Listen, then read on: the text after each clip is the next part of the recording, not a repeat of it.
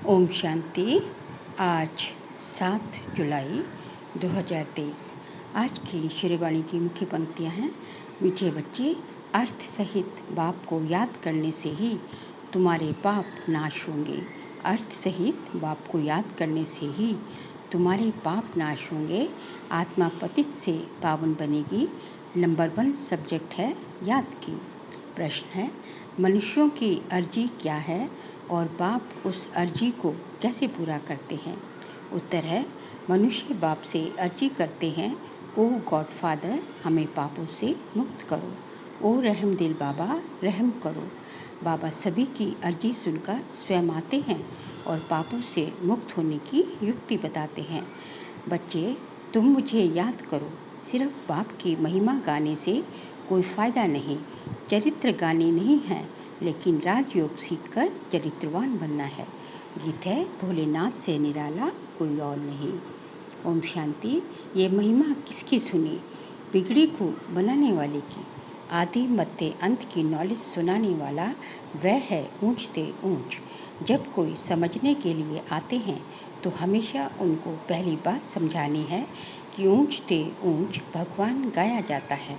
ऊंचते ऊंच उनका नाम भी है। ऊंचते ऊंच उनका रहने का स्थान भी है। ग्रंथ में भी है, ऊंचा जिसका नाम, ऊंचा जिसका ठाव। ऊंचते ऊंच रहने वाला है परमपिता परमात्मा शिव। वह है निराकारी दुनिया, जहाँ निराकार परमपिता परमात्मा रहते हैं। फिर नीचे है आकारी और साकारी दुनिया। तो पहले पहले परिचय उनका देना है। परमपिता परमात्मा तो है ही ट्रुथ, वह है रचिता। फिर है उनकी रचना, ऊंचते ऊंच बीज रूप। फिर उनके नीचे सूक्ष्म वतनवासी ब्रह्मा विष्णु शंकर। वह है रचना। रचिता सबसे ऊपर है, वह रचिता है बाप, बाकी है रचना। सब एक परमपिता परमात्मा की संतान है, इसलिए हम आत्माएं सब भाई भाई ठहरे। तो परमपिता परम धाम में रहते हैं, उनको ही परमात्मा कहा जाता है। शारीरिक पिताएं तो बहुत है ना। पहले पहले परिचय देना है रूहानी बाप का, उनकी है सब रचना। चित्रों पर भी ध्यान खिंचवाना है। पहले पहले है ऊंचते ऊंच परमपिता परमात्मा, जिसका मनुष्य सृष्टि रूपी झाड़ का चैतन्य बीज रूप कहा जाता है। वह सत चित आनंद स्वरूप है। सत अर्थात सच कहने वाला। आत्मा भी सत है, वह भी जलती मरती नहीं। सत के बच्चे भी सच्चे होने चाहिए। तुम पहले पहले देवी देवता सच्चे थे। सचखंड स्थापन करने वाला सच्चा बाबा है। ऐसे नहीं कि परमपिता परमात्मा झूठखंड स्थापन करते हैं, नहीं। सचखंड था, फिर यह भारत झूठखंड बना है। सच्चा है परमपिता परमात्मा। पतित बनाने वाले को सच्चा नहीं कहेंगे, और सब हैं झूठे। 5 विकार रूपी माया रावण झूठा बनाती है। राम सच्चा, रावण झूठा। रावण ही भारत को झूठा बनाते हैं। कहानी सारी भारत पर है। समझाना है भारत स्वर्ग था, अब नर्क है। बाप को स्वर्ग बनाने वाला व स्वर्ग का रचयिता कहा जाता है। महिमा भी भारत की है। आदि मध्य अंत का ज्ञान तुमको सुनाते हैं, जिससे तुम त्रिकालदर्शी बनते हो। इसको कहा जाता है स्वदर्शन चक्र। तुम जानते हो कि हम आत्माएं फिर से परमपिता परमात्मा से वर्षा ले रही है। गाया भी जाता है, आत्माएं और परमात्मा अलग रहे बहुकाल। अभी ये मिलन बहुत सुंदर मंगलकारी है। तुम पहले पहले बाप का परिचय देते हो। रचयिता बाप को सर्वव्यापी कहने से फिर ये सिद्ध नहीं होता कि हम सब बच्चे हैं। बच्चे ऐसे नहीं कहेंगे कि हम सब परमपिता परमात्मा हैं। सर्वव्यापी कहने से बाप के साथ वह लव नहीं रहता, ना बुद्धि योग रहता है। भारत का प्राचीन योग मशहूर है। वास्तव में बुद्धि का योग लगाना है बाप से। सर्वव्यापी है तो फिर योग किससे लगाएं? क्या अपने आप से लगाएं? कोई अर्थ ही नहीं निकलता। यहाँ तो तुम अर्थ सहित जानते हो। बाबा खुद कहते हैं, मेरे साथ योग लगाने से तुम्हारे विकर्म विनाश होंगे। विकर्म तो होते रहते हैं, संपूर्ण कर्मातीत अवस्था अंत में होगी। जब ज्ञान का अंत होगा तब रिजल्ट निकलेगी। स्कूल में भी कोई किस सब्जेक्ट में तीखे जाते, कोई किस में तीखे जाते। सहज सब्जेक्ट है याद की, बाप को याद किया जाता है। याद से फिर आत्मा अच्छी होगी, बर्तन साफ होगा। आत्मा जो इम्प्योर बनी है वह प्योर बनती जाएगी। ऊंचते ऊंच बाप आकर पढ़ाते हैं और ऊंचते ऊंच पद प्राप्त कराते हैं। तुम मनुष्य से देवता बनते हो, समझते हो कि बरोबर आदि सनातन देवी देवता धर्म था। उसको हिंदू नहीं कहेंगे, भारत का नाम बदलकर हिंदुस्तान नाम रख दिया है। आदि सनातन पवित्र देवी देवता धर्म था, जिसको वैकुंठ अथवा स्वर्ग कहा जाता है। वह तो सतयुग है, उनको कहा जाता है नई दुनिया। उनको रचने वाला है बाप, वह है निराकार। सभी कहते भी हैं ओ गॉड फादर। वह ऊंचते ऊंच रहते हैं। ब्रह्मा विष्णु शंकर को सूक्ष्म देह मिली हुई है, उसको सूक्ष्म लोक कहा जाता है। और वह है शांति धाम, साइलेंस वर्ल्ड। ये है स्थूल वतन। तो पहले जब कोई भी आते हैं तो उनसे फॉर्म भराना है। आत्मा का बाप कौन है? ऊंचते ऊंच तो भगवान को ही कहा जाता है।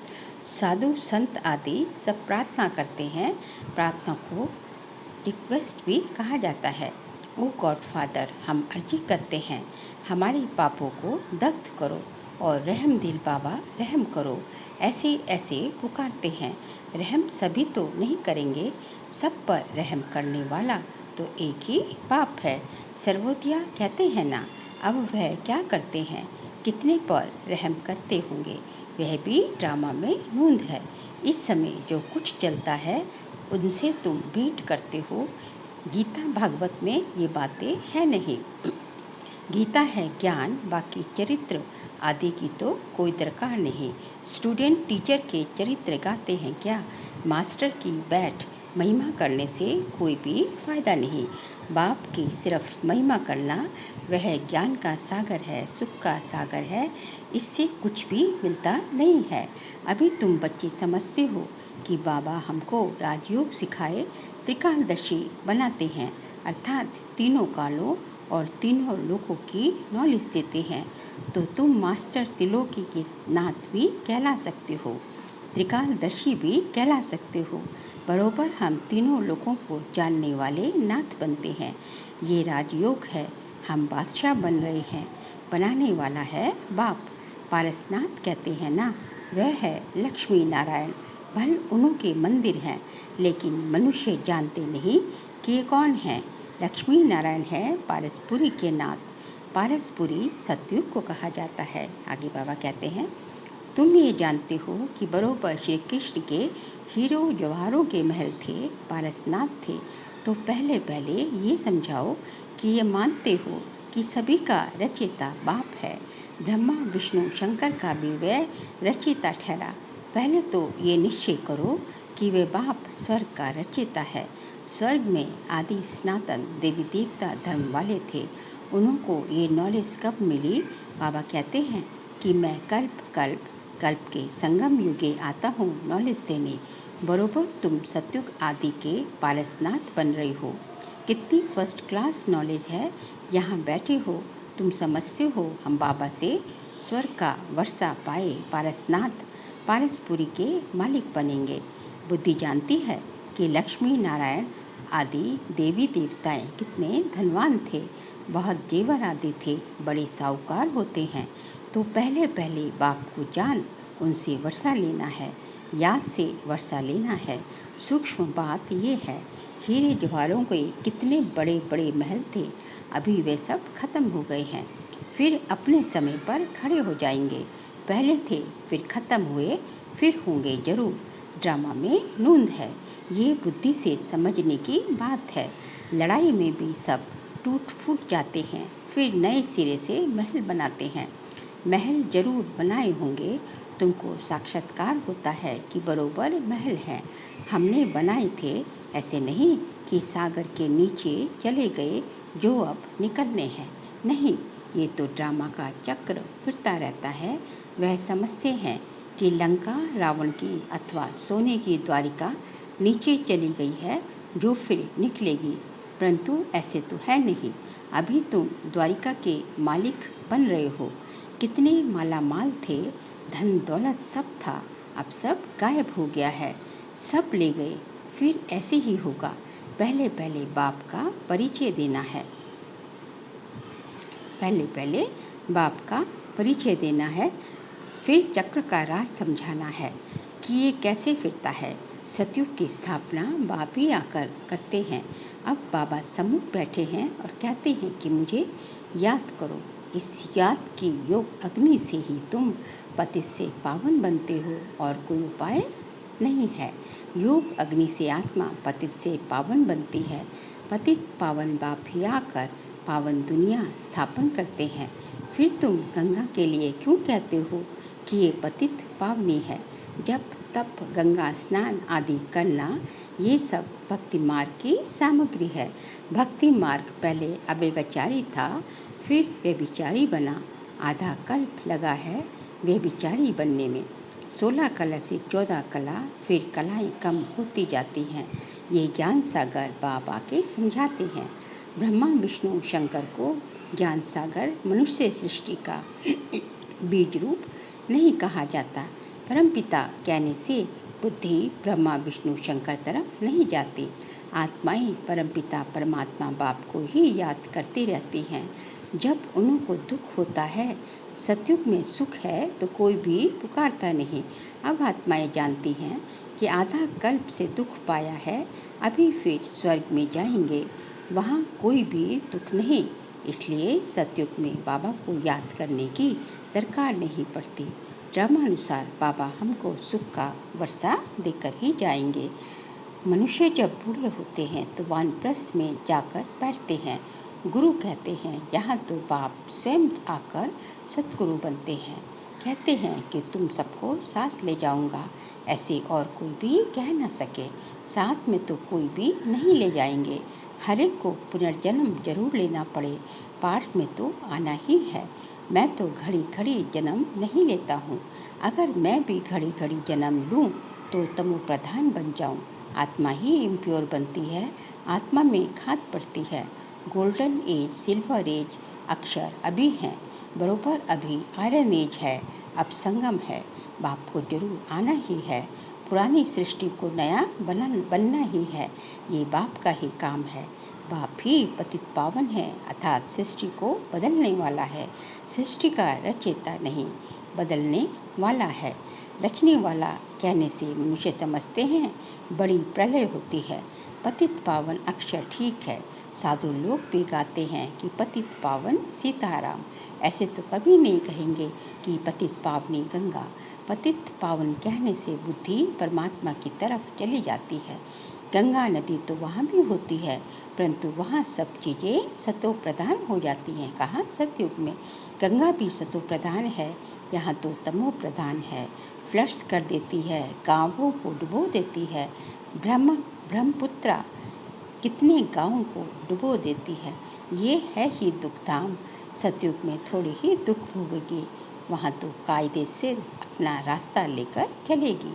यहाँ रास्ता छोड़ देती है, कभी किस तरफ चली जाती।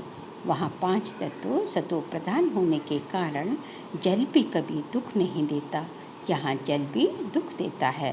पहले तो ये समझना है कि स्वर्ग का सुख देने वाला कौन है। जरूर बाप ही होगा। अभी तो नरक है, बाबा आया है। हम प्रजापिता ब्रह्मा के बच्चे, ब्रह्म कुमार कुमारियाँ हैं। प्रजापिता ब्रह्मा हो तब नई सृष्टि रचे। मनुष्य से देवता के करत ना लागे वार।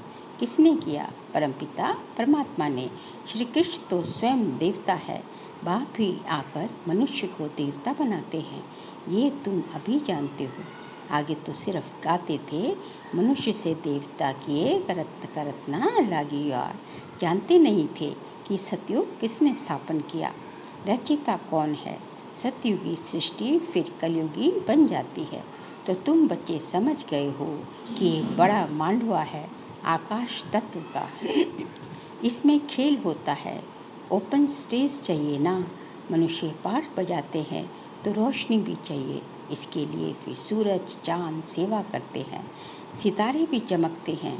जब रात होती है तो रोशनी अर्थात सुख देते हैं, इसलिए सूर्य देवता चांद देवता कहा जाता है।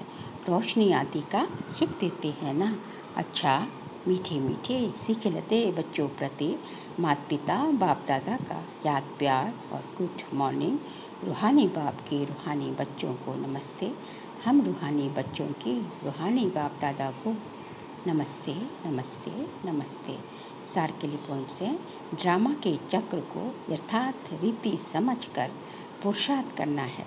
बाप समान रहम दिल बन सभी पर रहम करना है। बाप सचखंड स्थापन कर रहे हैं, इसलिए सच्चा होकर रहना है। बाप की याद से आत्मा को स्वच्छ बनाना है। आज का बाबा का वरदान है, सेवा की भावना द्वारा अमर फल प्राप्त करने वाले सदा माया के रोग से मुक्त भव। सेवा की भावना द्वारा अमर फल प्राप्त करने वाले सदा माया के रोग से मुक्त भव।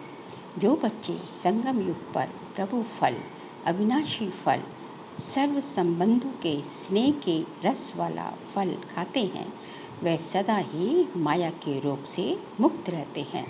और फल तो सतयुग में भी मिलेंगे और कलयुग में भी मिलेंगे, लेकिन सेवा की भावना का प्रत्यक्ष फल, प्रभु फल, अगर अभी नहीं खाया तो सारे कल्प में नहीं खा सकते।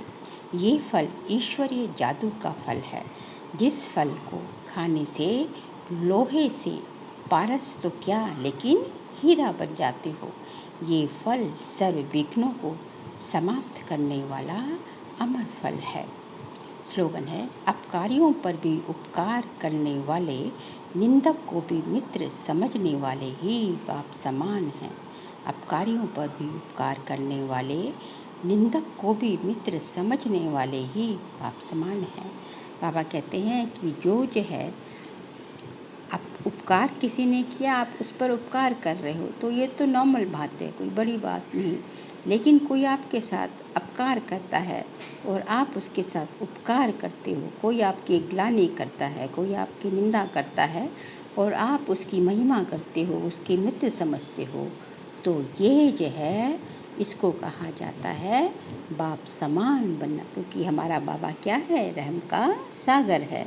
तो हमें भी रहम मास्टर, रहम का सागर, रहम दिल बाप के रहम दिल बच्चे बनना है। अच्छा, ओम शांति।